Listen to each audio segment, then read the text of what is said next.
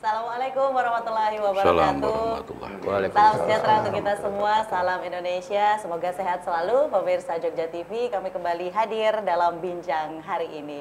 Iya, yang akan kita bahas tidak akan jauh-jauh dari daerah istimewa Yogyakarta yang menjadi tempat tujuan wisata. Apalagi kalau kita berbicara mengenai wisata alamnya. Tema yang akan kita angkat hari ini adalah mengenai kebijakan pengelolaan ekosistem kawasan Kars di daerah istimewa Yogyakarta. Seperti yang kita tahu, kawasan Bentang Alam Kars atau KBAK Gunung Sewu ini meliputi yang ada di Kabupaten Gunung Kidul dan juga di Kabupaten Bantul. Dan kawasan Bentang Alam Kars ini juga menjadi daya tarik wisata yang luar biasa karena didukung dengan bentang alamnya yang merupakan ada pantai sepanjang 73 km kurang lebihnya yang menjadi daya tarik investor tentunya untuk mengembangkan bermacam-macam seperti tempat wisata, seperti hotel, kemudian resort gitu ya.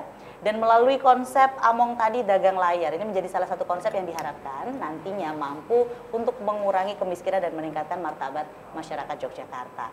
Serta menyelaraskan ketimpangan yang ada di wilayah pantai selatan. Tapi kalau kita berbicara mengenai kawasan Bentang Alam Kars, ini dinamikanya banyak sekali. Nah, nanti kita juga akan obrolin sebenarnya apa saja sih dinamikanya di sana, kemudian juga apa dan bagaimana kebijakan yang diambil supaya nanti bisa untuk mengelola ekosistem kawasan Kars yang ada di daerah istimewa Yogyakarta. Sudah hadir di studio ada 4 narasumber kami akan diskusi, akan berbincang banyak hal terkait dengan ini dan kedepannya bagaimana bisa bermanfaat untuk masyarakat.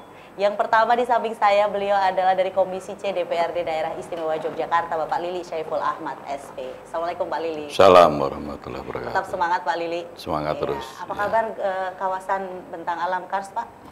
Tetap jadi perhatian Komisi C juga gitu ya. Iya. Baik-baik saja, nanti kita bahas. Baik-baik aja. Iya.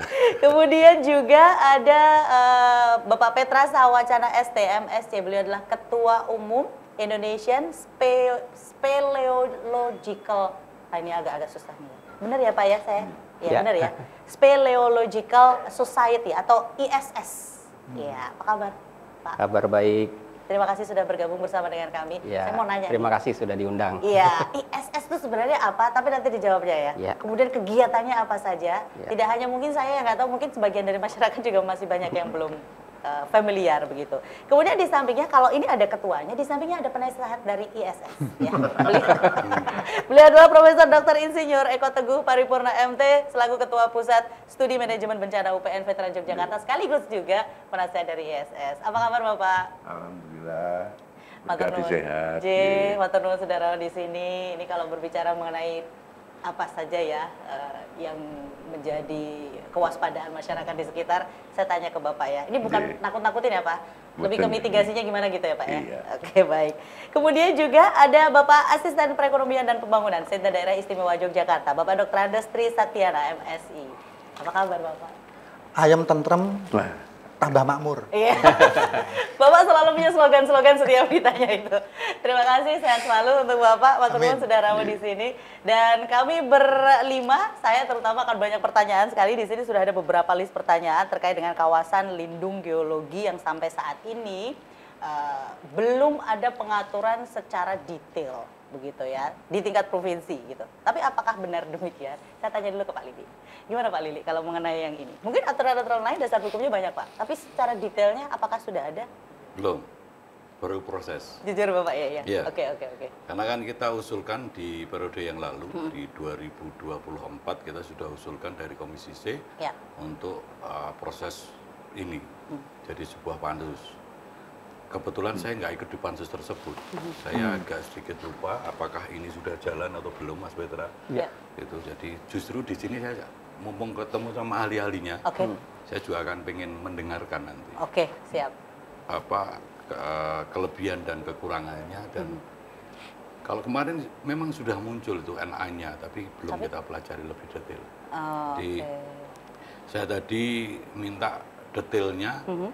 Baik yang berkaitan dengan sampah itu juga belum, berkaitan dengan Kars ini juga belum. Tapi memang tahun kemarin sudah kita usulkan, di 2024 kita usulkan menjadi perda baru untuk kaitannya dengan ini. Khusus ini ya? Iya, khusus ini. Jadi tidak hanya perda terkait dengan pemanfaatan tanah, tidak hanya terkait dengan RT RW-nya, tapi harus lebih detail lagi ya? Detail, langsung fokus di ini, kawasan Kars atau pegunungan Kars. Gitu. Ya. Baik, ya. Jadi sama-sama kita mendengar dan sama-sama kita belajar dan sama-sama kita cari info terkait dengan itu. Supaya nanti ke depannya pansusnya ini juga tepat sasaran juga nih, kembali ke sana ya. Oke, baik. Saya ke Mas Petra dulu, Mas Petra. ISS, Indonesian Speleological Society. Ya. Ini apa, Mas? Ya, sebelum saya menyampaikan terkait dengan ISS, sebenarnya Jogja itu pelopor untuk awal kerja-kerja gua gitu ya. Jadi tahun saya itu di Jogja itu masuk dalam organisasi namanya Cynthia Kunyata Speleological Club. Jadi kami berapa tuh dulu tuh? Kalau saya masuknya di tahun 2003. Nah, zaman masih mahasiswa ya. Jadi di Jogja itu ada satu organisasi, pendirinya dari UPN juga gitu ya. Nah, terinspirasi dari dulu pemerintah Indonesia tahun 80-an itu, pemerintah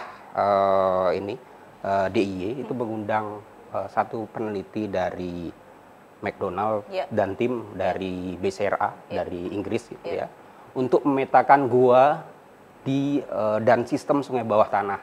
Nah, ada 3 sistem besar kan, ada Panggang, Pribin gitu ya, Baron, Kali Suci gitu ya, yang itu menjadi inspirasi anak-anak muda di zaman itu yang ini ada gua, tapi kok kita nggak meneliti orang lain, kok yang meneliti orang lain gitu ya.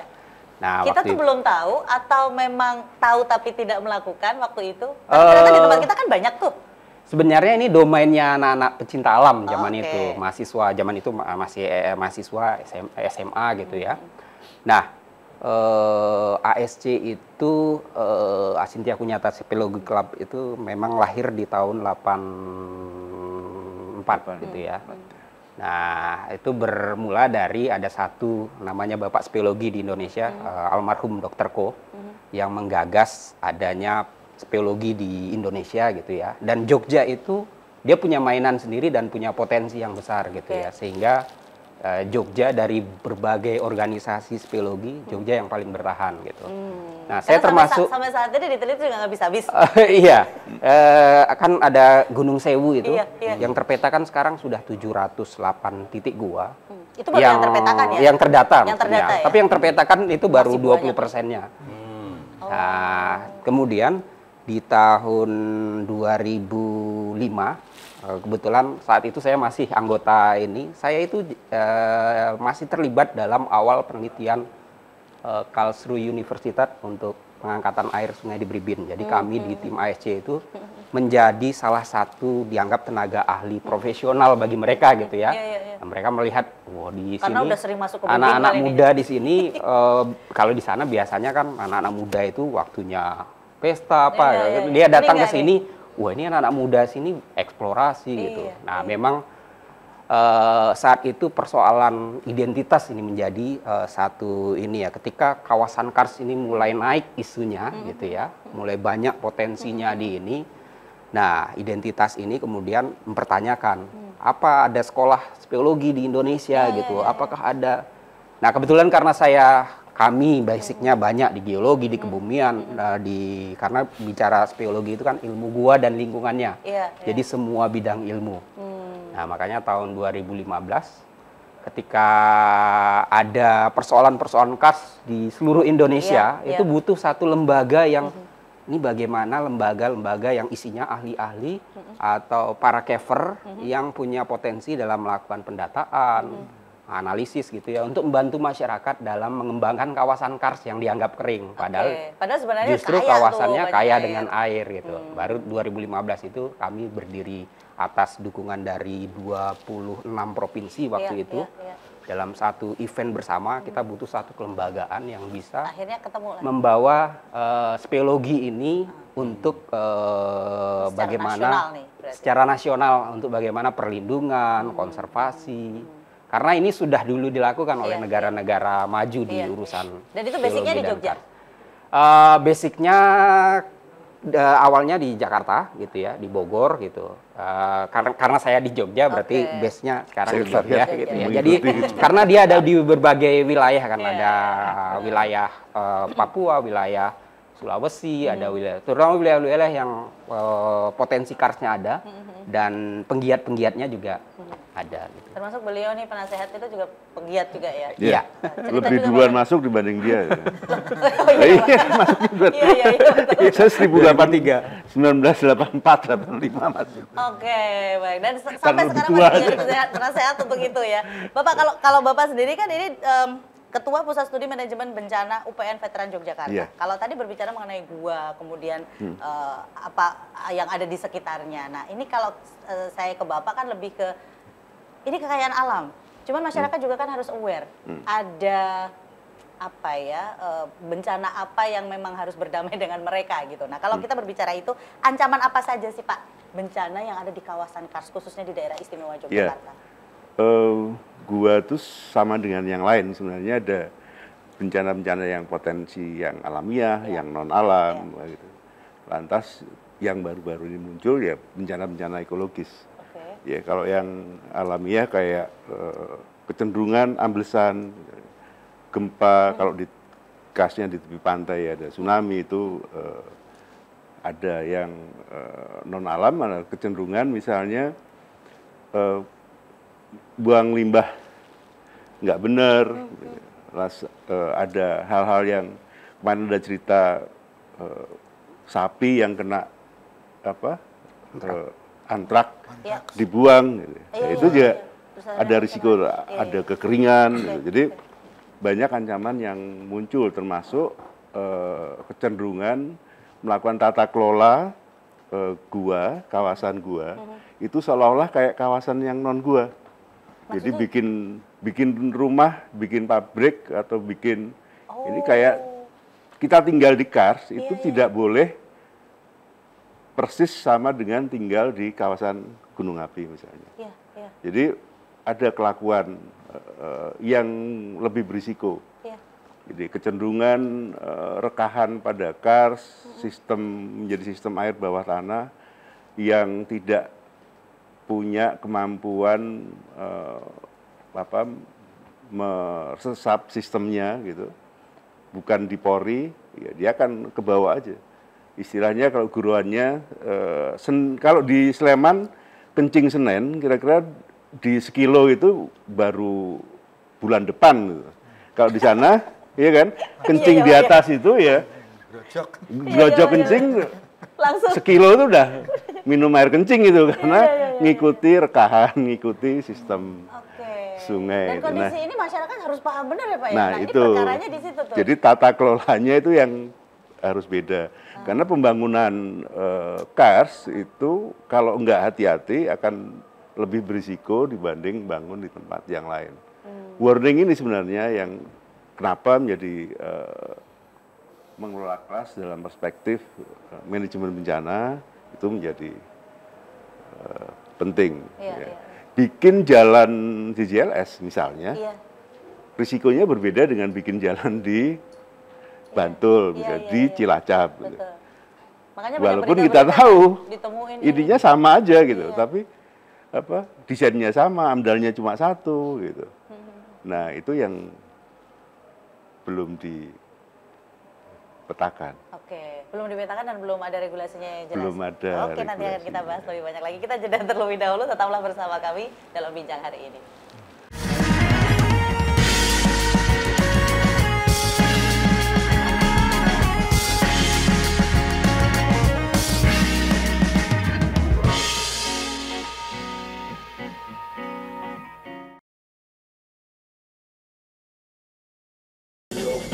Korupsi dalam bentuk apapun tidak bisa kita tolerir, mulai dari bentuk yang paling sederhana sampai apalagi bentuk yang terbesar. Sesungguhnya semuanya akan merusak diri kita, merusak masyarakat kita, merusak negeri tercinta ini. Jauhkan korupsi dari lingkungan kita. Pastikan diri kita tidak berbuat korupsi. Jaga selalu Jogja tetap istimewa. Korupsi itu buruk.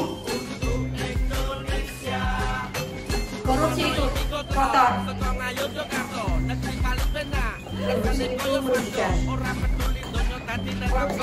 Haram. Korupsi itu keren.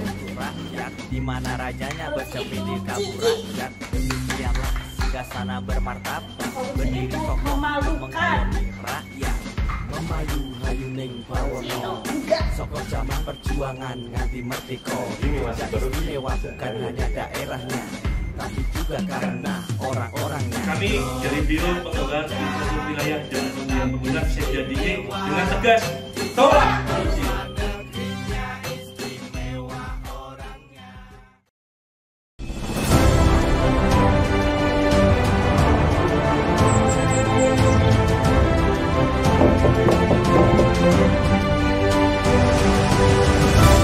Yogyakarta dibangun dengan kemegahan alam. Perjanjian Giyanti menjadi tonggak bagi Pangeran Mangkubumi mendirikan peradaban di antara lorong Merapi, Laut Selatan Jawa. Lorong yang menumbuhkan keharmonisan antara keistimewaan Jogja dengan berbagai ragam hayati, budaya, dan keindahan alam menghadirkan Geopark Jogja. Ragam situs geologi terbentang indah, tempat bernaung berbagai ragam hayati. Tradisi budaya yang terus lestari mengakar di setiap kehidupan masyarakat Yogyakarta.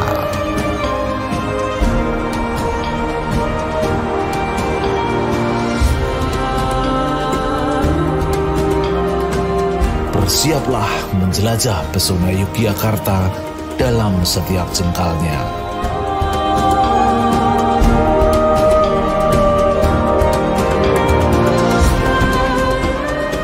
Mengarungi pesona keindahan alam dan keunikan budayanya memberikan pengalaman yang istimewa. Alam memberi kita kehidupan, menjaga alam, menjaga kehidupan.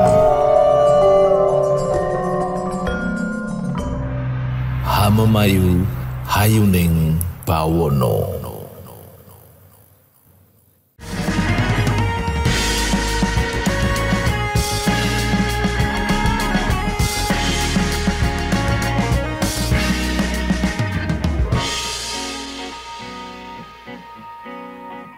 Anda masih bersama kami dalam bincang hari ini, kebijakan pengelolaan ekosistem kawasan Kars yang ada di daerah istimewa Yogyakarta. Jadi dilema antara kita punya kekayaan alam yang luar biasa, di mana ini nanti langsung banyak investor yang datang, dibikin resort, dibikin macam-macam. Wah, ini adalah pemandangan yang indah, surga yang tersembunyi. Tapi ternyata kita justru menyalahgunakan itu. Masyarakat malah justru tidak mendapatkan apa-apa dari apa yang mereka miliki sebenarnya. Nah, ini akan kita bahas lebih banyak. Dan ini merupakan salah satu dinamika yang tadi di awal sempat saya sebutkan. Saya ke Pak Tri dulu. Pak Tri, banyak dinamika terkait dengan kawasan Kars ini ya Pak ya. Bagaimana pemerintah merespon dinamika ini? Artinya dengan kebijakan-kah, dengan peraturan-peraturan yang ada kah? Seperti apa Pak meresponnya? Ya, sebelumnya saya sampaikan bahwa Kars itu bagian dari geologi ya. Nah, kalau kita bisa soal geologi, ada usia geologi. Nah, usia geologi itu hitungannya jutaan tahun, Mbak. Iya. Sedangkan usia manusia, kalau manusia pertama kita anggap Nabi Adam, hitung-hitungannya kira-kira cuma 240.000 tahun yang lalu. Bandingkan usia Adam itu hanya 240.000 tahun yang lalu kira-kira. Dengan usia geologi yang jutaan tahun yang lalu. Jadi sebelum Adam ada, itu gua Briben wis ono. Iya, gua-gua di Gunung Kidul sudah ada sebelum Nabi Adam ada. Dan tentu kerusakan geologi kok sudah kadung rusak, itu hampir tidak bisa diperbaiki. Hampir tidak bisa diperbaiki. Masih bisa, tapi hampir tidak bisa diperbaiki. Dan biayanya mahal sekali untuk perbaikinya. Nah, kerusakan geologi bisa diakibatkan ya proses alam itu sendiri. Mungkin tidak bisa dianggap rusak kalau itu ya, karena proses tapi kan alam proses ya. alam, dan itu kan panjang jangkanya Pak ya. Ada gempa dan sebagainya panjang itu. Di era modern, kerusakan geologi banyak diakibatkan oleh ulah manusia. Yang ini harus kita kendalikan. Tapi bagaimana juga untuk melihat kas, juga melihat yang lainnya, kita seperti melihat dua sisi mata uang, Mbak. Ada sisi konservasi, dan ada sisi pemberdayaan ekonomi, peningkatan kesejahteraan. Masyarakat yang ada dua itu harus kita lakukan.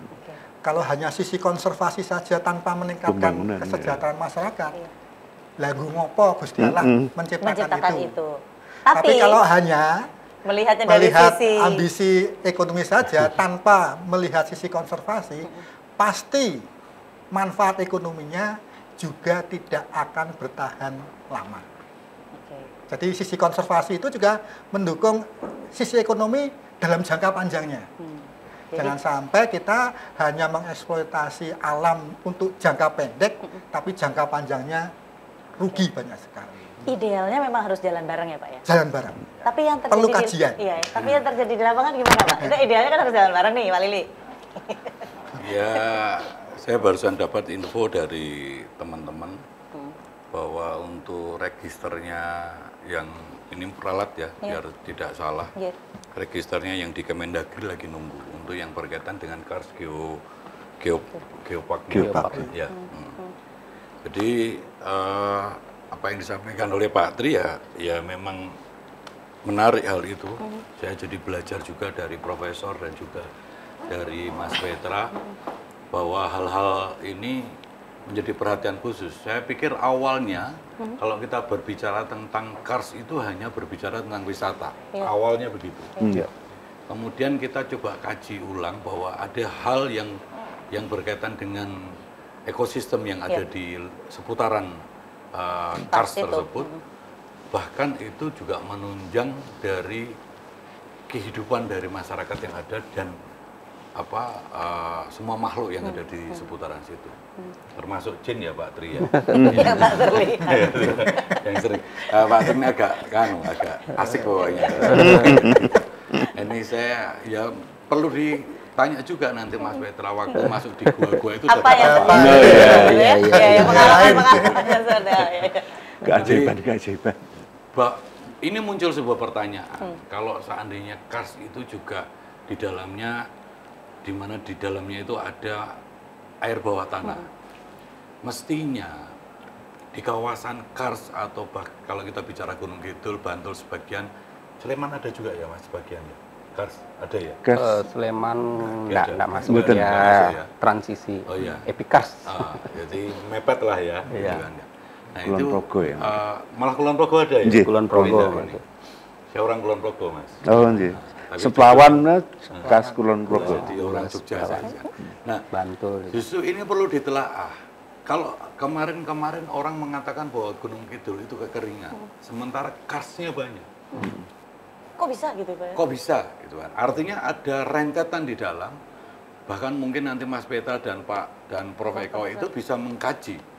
Kita akan dorong di sini agar supaya sumber mata air tersebut itu bisa termanfaatkan untuk masyarakat.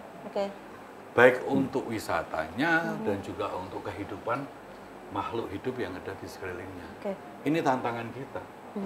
Ya sekilas membaca tadi, nggak cuman berbicaranya objek wisata, dan gitu. Tapi sesuatu yang sangat penting gitu. Ada hal yang harus dipertahankan untuk jangka panjang gitu kan. Dan kalau kita berbicara narasi ini kuat sekali. Berbicara tentang hajat hidup orang banyak, hak hidup orang banyak dan sebagainya. Ini menjadi narasi yang kuat untuk bagaimana mendorong Perda Kars dan Pergubnya nanti bagaimana dalam pengelolaan dan apa yang menjadi kajian-kajian beliau yang selama ini sudah dijalankan mestinya menjadi support utuh dari pemerintah DIY agar supaya kemanfaatannya untuk masyarakat di sekeliling dan masyarakat DIY ini menjadi lebih baik lagi ke depannya. Mas Petra, kalau teman-teman di SS apa saja yang sudah dilakukan? Artinya penelitian apa saja? Apakah penelitian yang tadi Pak Lili sampaikan bisa-bisanya Gunung Kidul kekeringan mau di bawah aja banyak? Gimana tuh? Udah melakukan penelitian itu juga nggak? Ini mungkin bukan hanya ISS saja, tapi banyak organisasi. Jadi ISS itu kan organisasi yang menaungi banyak penggiat organisasi di ini gitu. Kalau saya Yang saya lakukan yang paling rasakan gitu ya, ya berkontribusi pada Bribin. Itu saya ikut dalam proses mencari titik di bor di mana itu dengan metakan ini ya, dengan teknologi waktu itu bareng Jerman kan. GPS ketika ditemukan titik sini supaya dia bisa dibor di titik sini itu dengan akurasi 0,05 atau 5 meter lah kalaupun nyasar gitu ya dalam 100 meter. Nah, penelitian-penelitian ini juga sudah banyak dilakukan. Nah, terakhir itu tahun 2024 kemarin itu terkait dengan jasa lingkungan. Jadi ada jasa air, nah itu kan yang utama gitu ya di ini. Kemudian jasa pertanian, kemudian jasa ekosistemnya, kemudian ada jasa ruang hidup gitu ya, jasa ekowisatanya. Kemudian jasa pemanfaatan karsnya itu sendiri. Jadi kalau di hasil kajian di 2000, kebetulan saya dengan Biro PIWP itu bareng-bareng gitu ya melakukan kajian itu, melihat potensi kars itu kalau divaluasi nilainya itu hampir setara 1.600 total ya, 1.600 triliun per tahun gitu yang dihasilkan gitu ya dari semua sektor itu. Artinya ini bisa apa ya, kalau ngomongin soal masyarakat yang sejahtera harusnya bisa ya, korelasinya ya harusnya sejahtera ya. Iya. Nah, dalam konteks ini sebenarnya waktu itu kita membandingkan soal ekowisata gitu ya tadi ya. Kalau bicara ekowisata yang sekarang masif yang lagi rame itu kan ketika dia merubah bentuk lahan. Betul.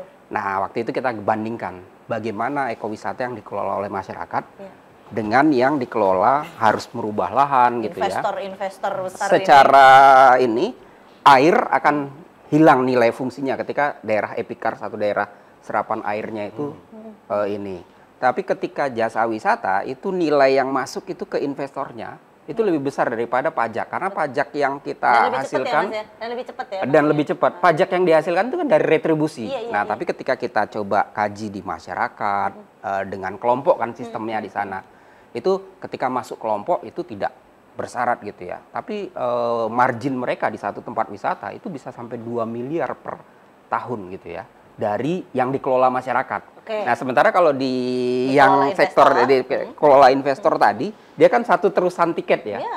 Nah, kami cek gitu ya, pendapatan asli daerah memang meningkat dari sektor wisata sampai 26 miliar per tahun gitu ya, bahkan sampai 30 miliar. Itu yang dikatakan Pak Tri, dua sisi yang berbeda ya, dilema ya Pak ya.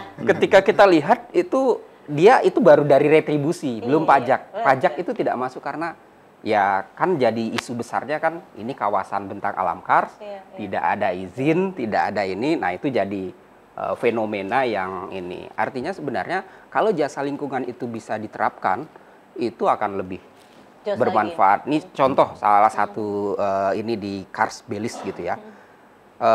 Dia menggunakan jasa lingkungan penyerap karbon. Nah, Kars Belis itu di Amerika Tengah gitu. Dia dengan merawat kawasan kars sama koralnya dapat $4 juta per tahun gitu ya. Dalam secara alami, artinya bukan investor yang skema yang carbon trade yang sekarang sedang berjalan gitu. Nah, itu perlu dikembangkan juga gitu di pemerintah. Dan sekarang sudah dimulai dengan DLHK ya. Program result based payment yang dari Kementerian Kehutanan dan Lingkungan Hidup. Nah, kajian-kajian ini yang harus diteruskan kepada teman-temannya Pak Lili nih, supaya nanti waktu membahasnya ini bisa sangat detail gitu ya Pak. Pak Lili kalau misalnya butuh informasi apa boleh loh Pak, nanti ikut disampaikan, bantu saya nanya juga boleh. Baik, nanti saya akan lanjutkan lagi dengan Prof. Eko. Saya akan bertanya lagi karena masyarakat di sekitarnya juga harus paham. Tadi Prof. Eko menyampaikan bahwa nanti ada retakan lah, ada longsor lah, ada dan segala macam. Nah, ini bagaimana bisa memahami masyarakat supaya masyarakat juga tahu dan tidak dengan seenaknya merubah bentuknya gitu ya. Hanya gara-gara jangka pendeknya lebih bisa diterima. Setelah yang satu ini, tetap bersama kami.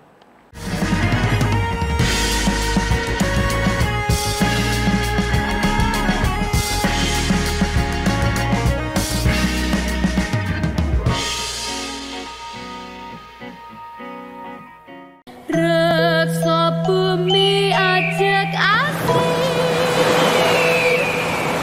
mendom amon.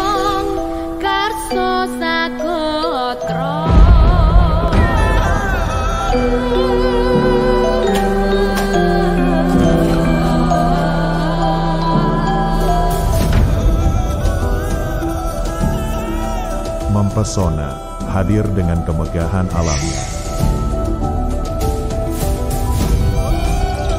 Takjub akan hayati flora dan fauna yang menghuninya. Istimewa dengan segala ragam budayanya. Geopark Jogja.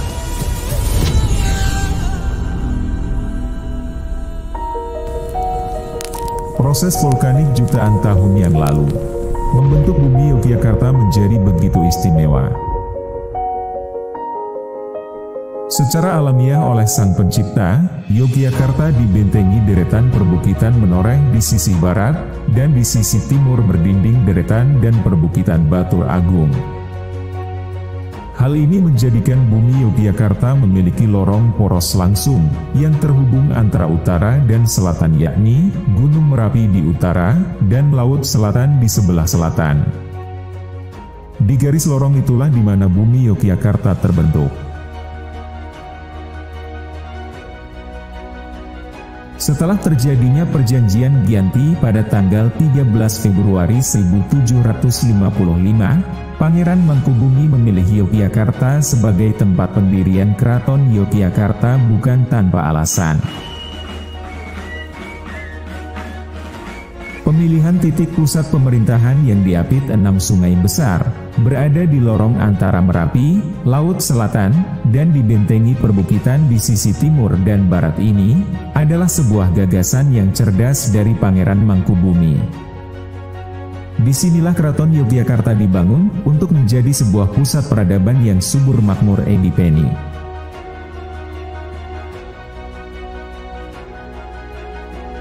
Assalamualaikum warahmatullahi wabarakatuh. Salam sejahtera bagi kita semua. Pangeran Mangkubumi membangun Keraton Yogyakarta berdasarkan filosofi Hamemayu Hayuning Bawono. Makna filosofi tersebut sejatinya selaras dengan konsep yang digagas UNESCO melalui pengembangan geopark sebagai upaya memuliakan bumi secara holistik untuk memberikan kehidupan yang berkelanjutan untuk generasi masa depan. Saat ini terdapat 2 geopark di daerah istimewa Yogyakarta, yaitu Gunung Sewu UNESCO Global Geopark dan Geopark Jogja. Geopark Gunung Sewu telah diakui UNESCO sejak tahun 2015 sebagai sebuah warisan yang harus dijaga oleh segenap masyarakat Kabupaten Gunung Kidul, Kabupaten Wonogiri, dan Kabupaten Pacitan. Adapun Geopark Jogja yang digagas oleh Pemda DIY, pemerintah kabupaten kota, dan stakeholders lainnya, mencerminkan warisan geologi, keragaman geologi, dan keragaman budaya di wilayah Kulon Progo, Sleman, Bantul, dan Yogyakarta. Dan sebagai upaya meningkatkan kualitas kedua geopark ini, saya Mangkubuwono X, Gubernur Daerah Istimewa Yogyakarta, menyambut baik dan mendukung revalidasi 2 Gunung Sewu UNESCO Global Geopark serta pengusulan Geopark Jogja sebagai geopark nasional. Semoga dengan revalidasi dan kesuksesan pengusulan ini, geopark dapat semakin berperan dalam mendukung upaya konservasi, pendidikan, dan geowisata di daerah istimewa Yogyakarta. Wassalamualaikum warahmatullahi wabarakatuh.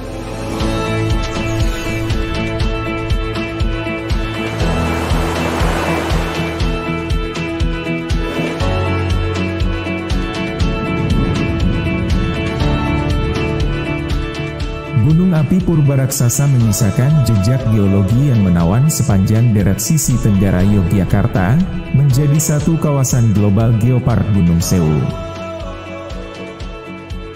Batuan tinggi menjulang menjadi destinasi mempesona, membentang di sepanjang Kabupaten Gunung Kidul.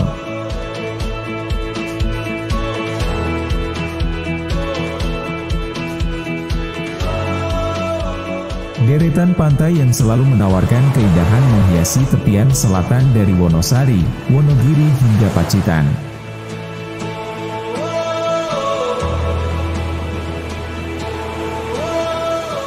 Dari sisi tengah hingga sisi barat Yogyakarta, terbentang sebuah geopark Jogja yang memberikan sajian pemandangan alam yang indah dengan segala hayati di dalamnya. 3 gunung api purba di deret perbukitan menoreh menyisakan batuan tinggi menjulang serta lembah yang selalu berselimut kabut, menawarkan kesejukan dan kedamaian.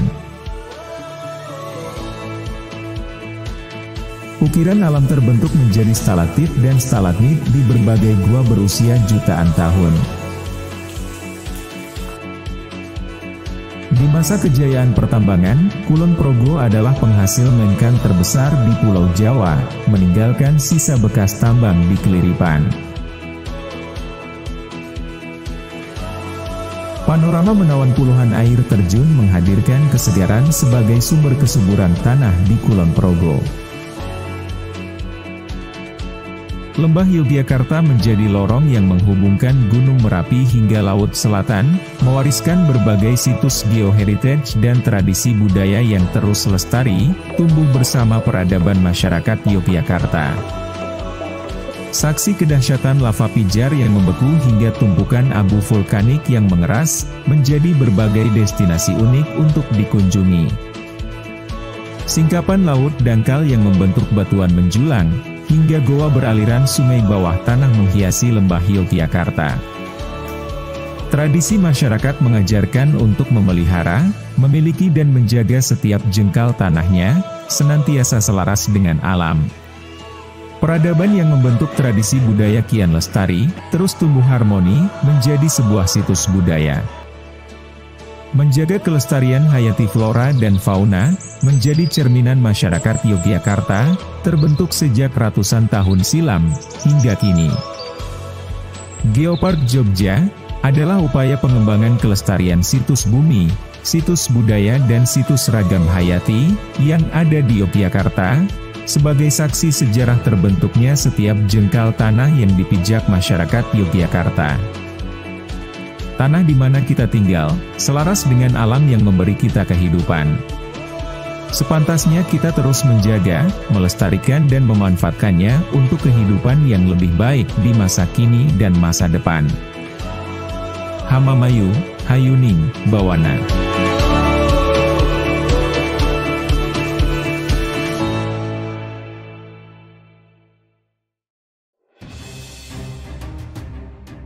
Kami Biro Pengembangan Infrastruktur Wilayah dan Pembiayaan Pembangunan Seda Daerah Istimewa Yogyakarta yang memiliki tugas dan fungsi menyusun kebijakan pengembangan infrastruktur wilayah dan pembiayaan pembangunan dan pengadaan barang dan jasa berkomitmen untuk selalu menolak korupsi. Tolak korupsi!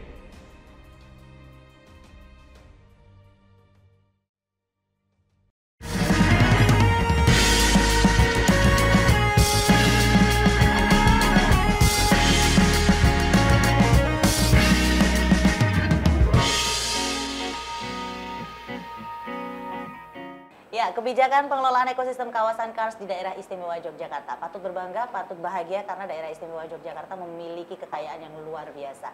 Cuman kalau kita tidak tahu bagaimana cara menggunakannya, kita nggak ngerti bagaimana cara merawatnya, ya repot juga. Jangka dekatnya mungkin kita bisa menerima banyak manfaat dari situ, tapi jangka panjangnya kita nggak akan ngerti.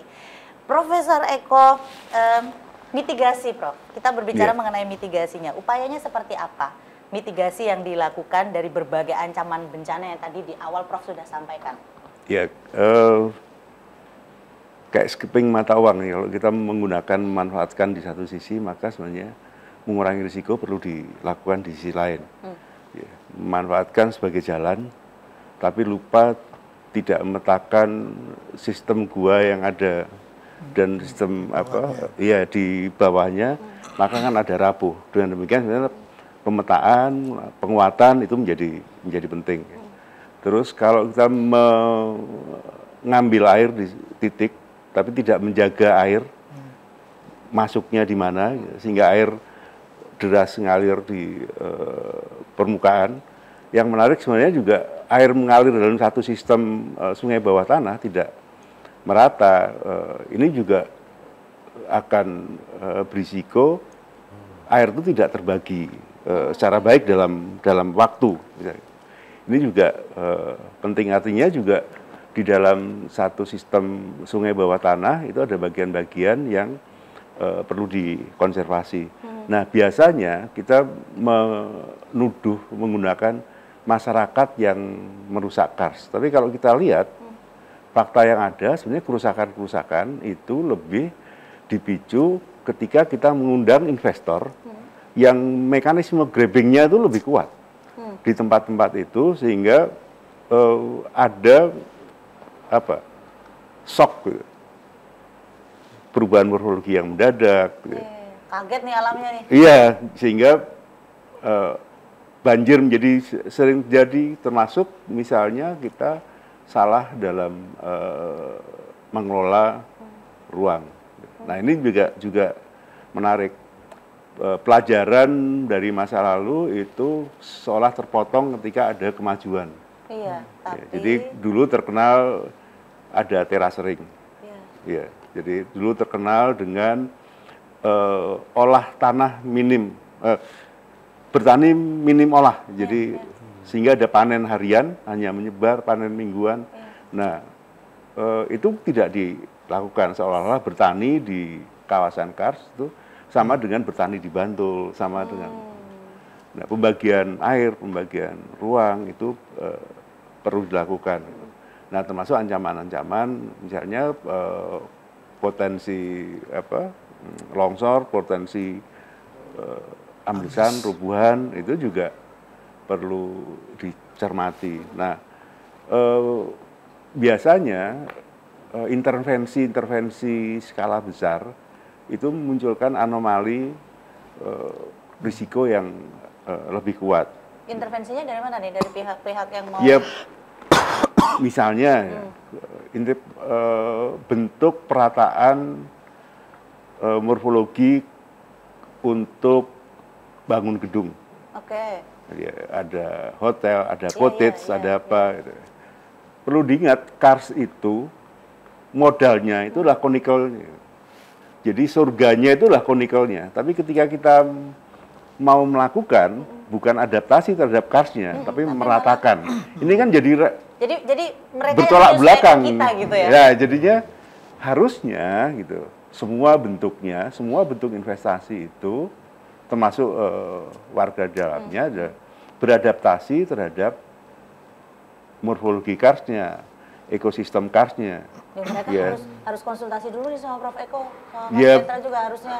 Sebenarnya pengetahuan ini sudah pengetahuan umum.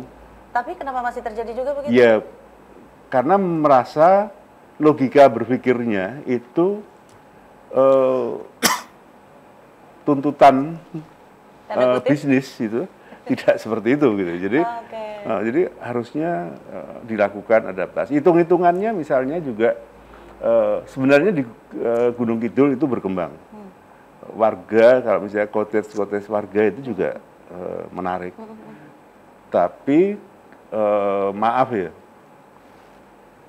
kadang-kadang sebagai pemerintah daerah kurang suka kalau warganya yang untung dibanding pemerintahnya yang untung.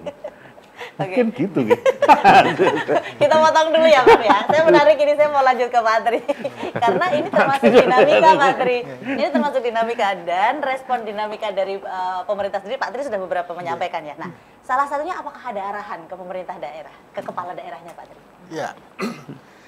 Jadi Kars Gunung Kidul itu kan sudah mendapat payung dari UNESCO ya. Iya. Dan beberapa waktu yang lalu pernah Bupati Gunung Kidul itu ingin mengurangi luasan kars itu.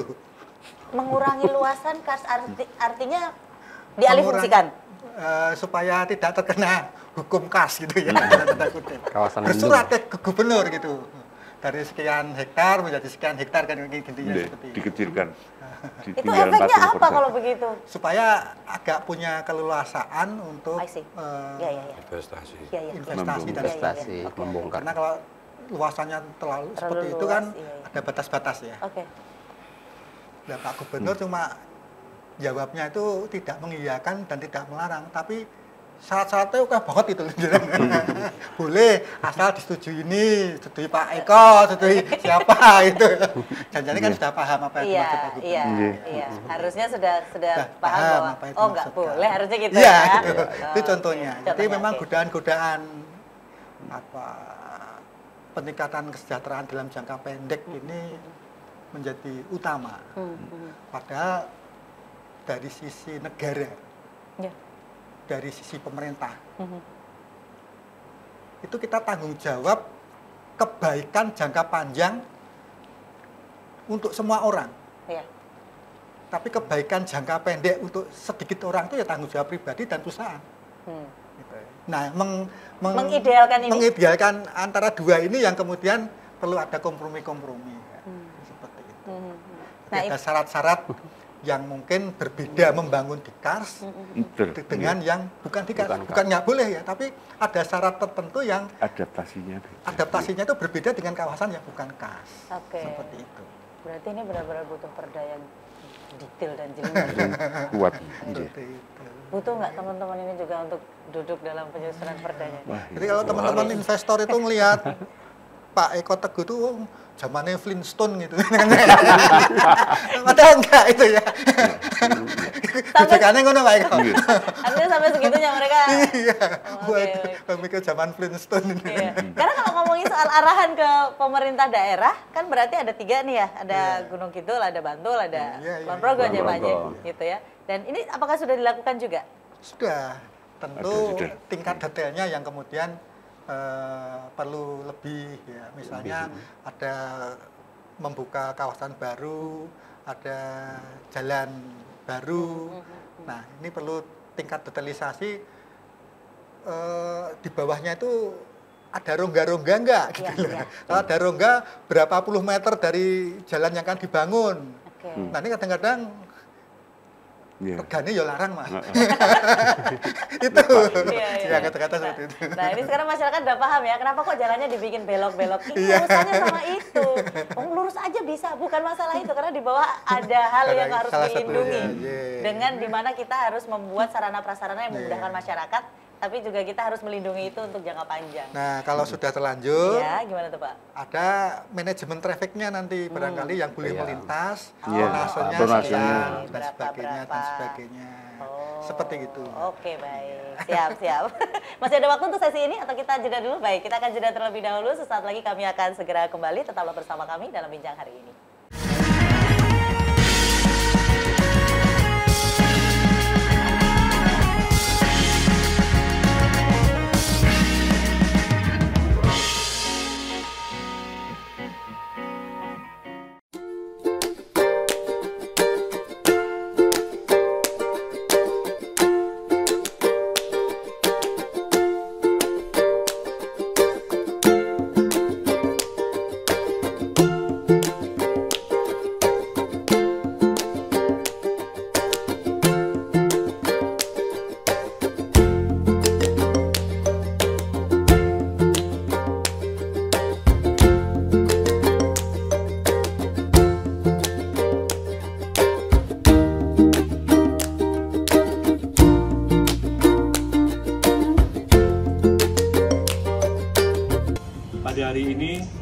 Kami Biro Pengembangan Infrastruktur Wilayah dan Kebiayaan Pembangunan Setda DIY melakukan penegasan kembali pada 10 aspek fakta integritas yang merupakan komitmen kami di dalam melaksanakan pekerjaan, dalam melaksanakan tugas pokok dan fungsi kami.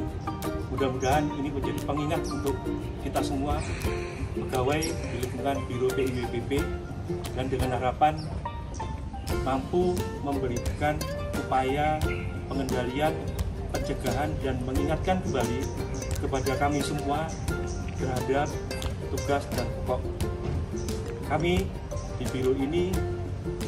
Semoga mampu memberikan manfaat kepada masyarakat. Terima kasih.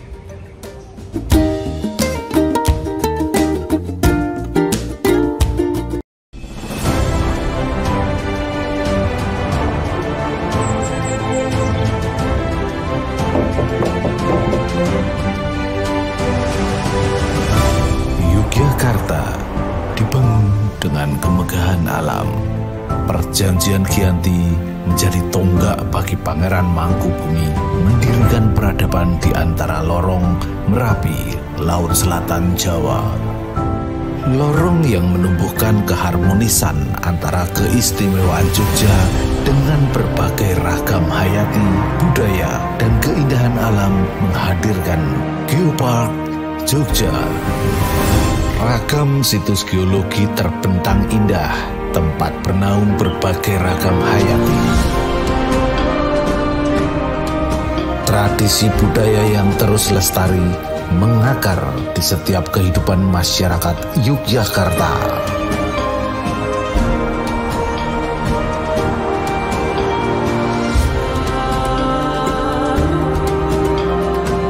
Bersiaplah menjelajah pesona Yogyakarta dalam setiap jengkalnya.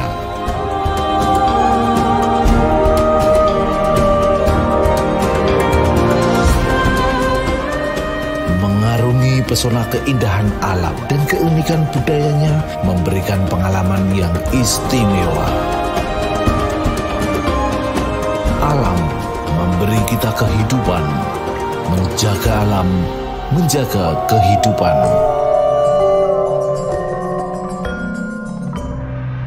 Hamemayu Hayuning Bawono.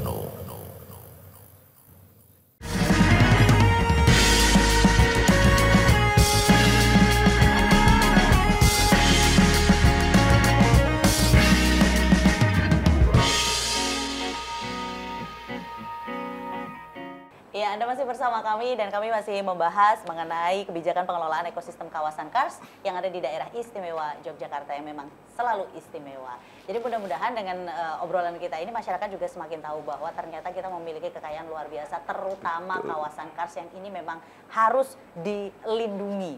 Nah, kalau dari Pak Lili, ada masukan apa nih kalau dari Komisi C Pak Lili ya terhadap program kegiatan yang sudah dilakukan oleh teman-teman dari ISS, kemudian dari UPN gitu, kedepannya seperti apa Pak? Selain harus menyiapkan nih perda yang benar-benar detail untuk itu. Ya sering ketemu, sering ketemu ngopi kan gitu. Iya. Karena segala sesuatu itu kadang-kadang selesainya kalau kita bicaranya informal. Betul Pak ya. Di kantor kami ini kan terbuka Pak, khususnya di Komisi C. Nanti ya kita bisa tuker-tukeran nomor lah gitu kan. Nanti, atau yang mau fasilitasi nanti Biro PIWP. Kami siapa? Gitu kan. Nanti kita diskusi, berbicara berbagai hal tentang hal ini. Jadi saat kita ini membuat regulasi yang berkaitan dengan peraturan daerah dan nanti juga rekomendasi untuk pergubnya dan sebagainya kan tidak salah sasaran. Jadi apa yang menjadi selama ini dilakukan oleh Prof. Eko dan juga Mas Petra ini kan perlu kita tindak lanjuti. Jadi tidak semua dari kami itu semuanya, kadang-kadang anggota dewan kan dianggap pinter kan gitu kan. Ngerti semuanya ya. Padahal kan kita juga sebenarnya enggak, kita perlu sinau, kita perlu belajar, kita perlu mendapatkan masukan. Masukan agar supaya implementasi di lapangannya tidak salah kan gitu, tidak salah. Dan memang tidak semuanya mau dikasih informasi atau dikasih masukan, Mas. Tapi saya yakin di DPRD DIY, khususnya di Komisi C, kami dengan justru berharap ada masukan dari teman-teman aktivis atau pelaku-pelaku seperti ini, seperti penjahat-penjahat. Dia kami tahu saat kami harus berbicara dengan masyarakat. Jangan sampai salah kan gitu. Di sebelah mana kurangnya, di sebelah mana lebihnya. Misalnya kan bisa jadi kita bikin aturan kebablasan, tapi implementasi malah nggak jelas, kan gitu kan. Tapi lebih teknis.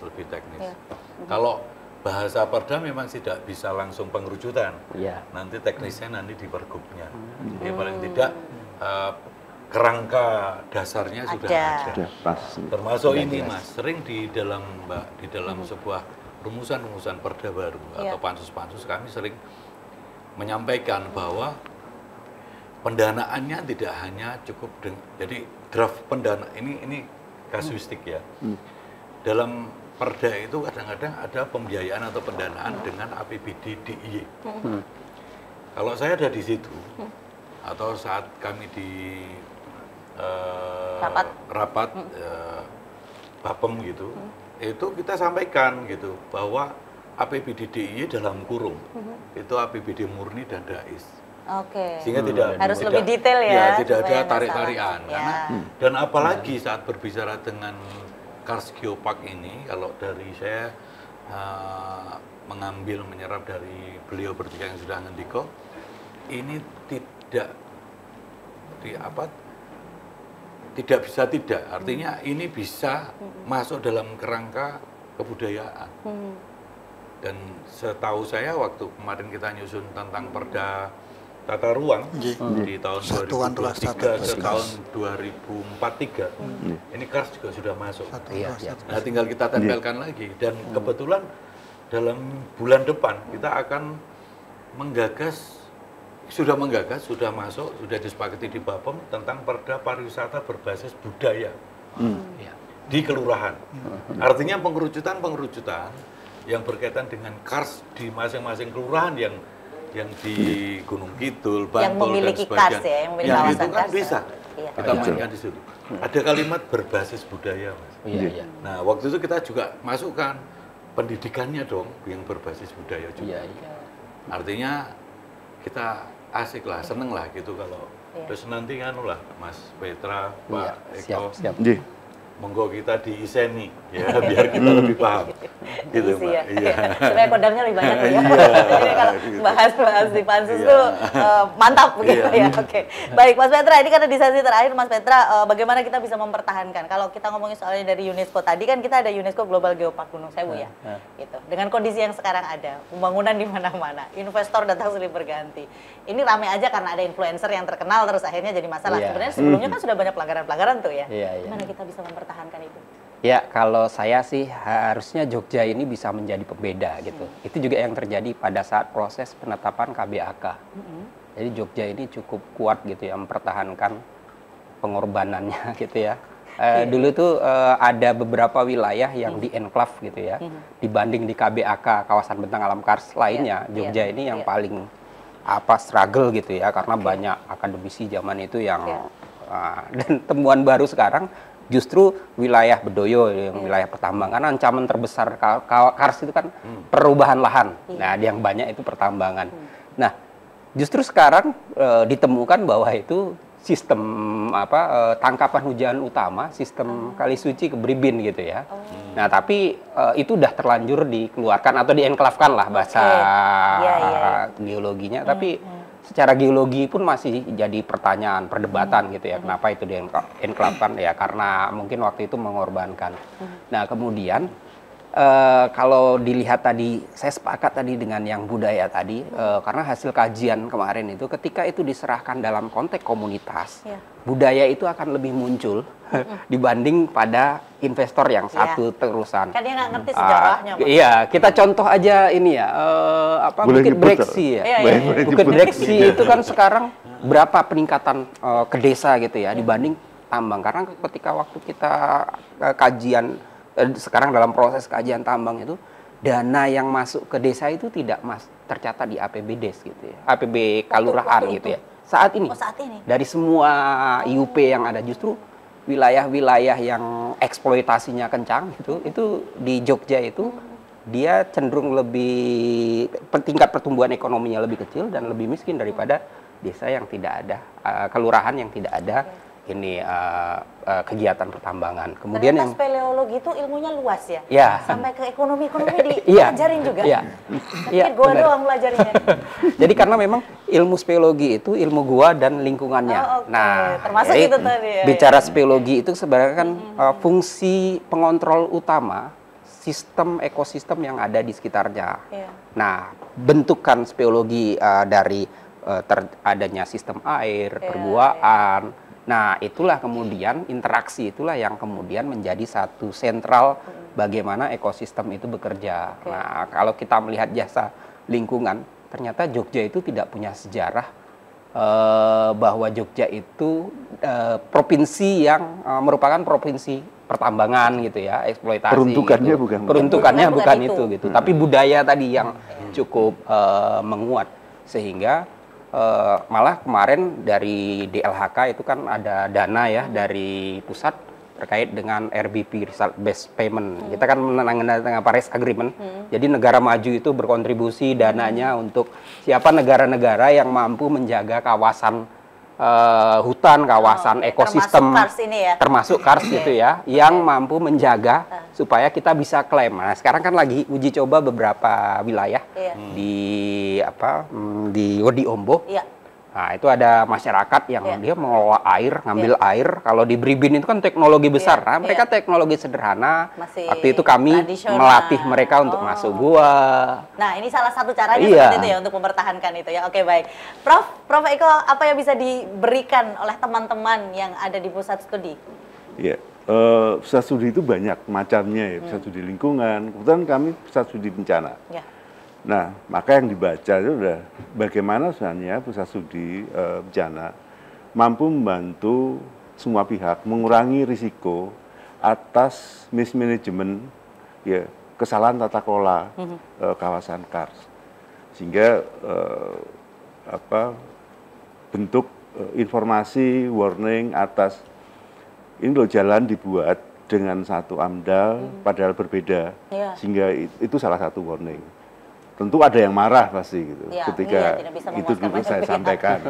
Wah, kenapa saya digini-ginikan? Gitu. Tapi itu atau juga warning terhadap kenapa ini yang diambil, kenapa kita tidak punya adaptasi yang bagus.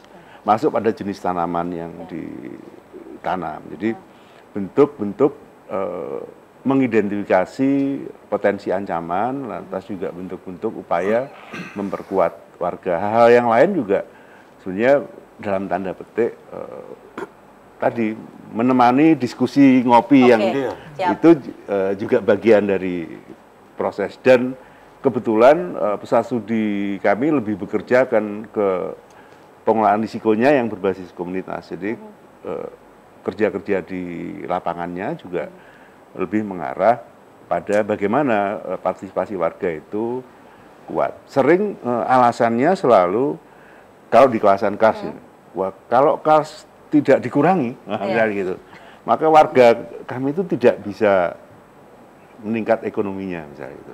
Tapi justru itu hanya melihat dari satu sisi aja dong. Tapi dengan pembongkaran, misalnya yang tadi disampaikan. Itu nilai-nilai ekologis, nilai jasa lingkungan, nilai-nilai tidak langsungnya itu akan hilang, drop, dan bahkan warga nggak dapat. Sebenarnya prinsip adaptasi, kembali ke budaya nenek moyang, adaptasi nenek moyang kita tuh nggak melawan alam dengan segala prosesnya yang lambat maupun yang cepat, tapi dia beradaptasi. Nah, itu yang dilakukan. Nah, kebijakan ke sana itu yang sebenarnya penting. Ya, misalnya tidak mengundang investor secara besar, tapi memfasilitasi warga. Contoh yang menarik, misalnya walaupun tidak di Kars, itu kayak Ngelanggeran. Akhirnya menjadi homestay yang standarnya internasional, tapi internasional karena orang biasanya duduk gitu. Iya kan? Nah, jadi itu salah satu bentuk, dan kenapa tidak seperti itu dikembangkan. Oke, baik. Ya, itulah yang bisa disampaikan dan banyak hal yang bisa kita ambil sebagai kesimpulan. Tapi saya ke Pak Tri aja nih yang supaya menyimpulkan semuanya, Pak. Kalau kan ngomongin soal kebijakan ke beliau juga gitu. Bagaimana? Apa yang sudah kita obrolin ini mengenai kebijakan pengelolaan ekosistem Kars? Luar biasa, Jogja tuh kaya banget. Tapi saya sendiri meskipun tidak ada di daerah itu, eman aja gitu Pak kalau banyak investor yang terus akhirnya merusak bentuk. Jadi main ke sana kok ya ono suara bego gitu loh Pak. Sedih aja gitu. Nah, kalau dari Bapak sendiri gimana Pak? Ya, kalau bisa kita kerucutkan dan bersuasana kultural, kembali ke filosofi. ke filosofi Hamemayu Hayuning Bawono. Jadi penanganan kas ini juga Hamemayu Hayuning Bawono. Betul. Artinya Hamemayu itu kata dasarnya hayu, selamat, atau ayu, cantik. Tugas kita, manusia ini, termasuk aparat pemerintah, termasuk legislatif, itu adalah mempercantik cantiknya dunia. Cantiknya kas. Minimal menyelamatkan cantiknya kas. Seperti itu. Iya.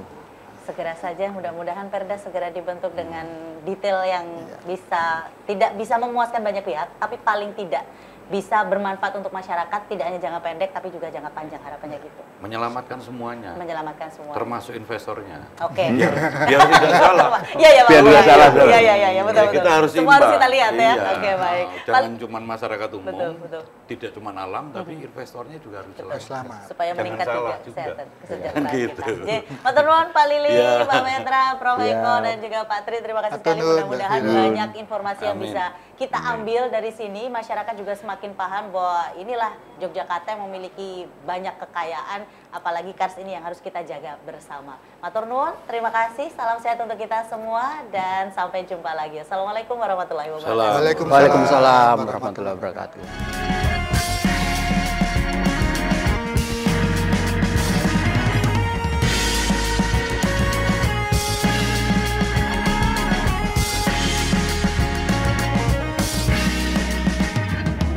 Thank you.